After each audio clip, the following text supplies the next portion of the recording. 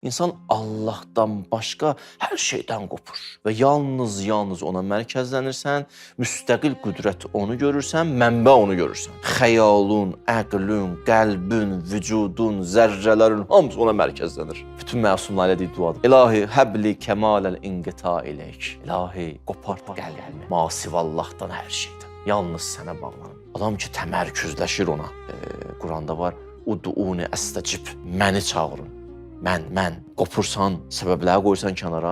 Səbəbül əsbab, səbəbül müsəbbəbat. Səbəblər səbəbi. Ona bağlanırsan. Təmərküzləşirsən ona. Bütün vücudunla özünə. Canın da oradadır, özün də oradadırsan. Canınla birlikdə təmərküzləşirsən bir nöqtəyə.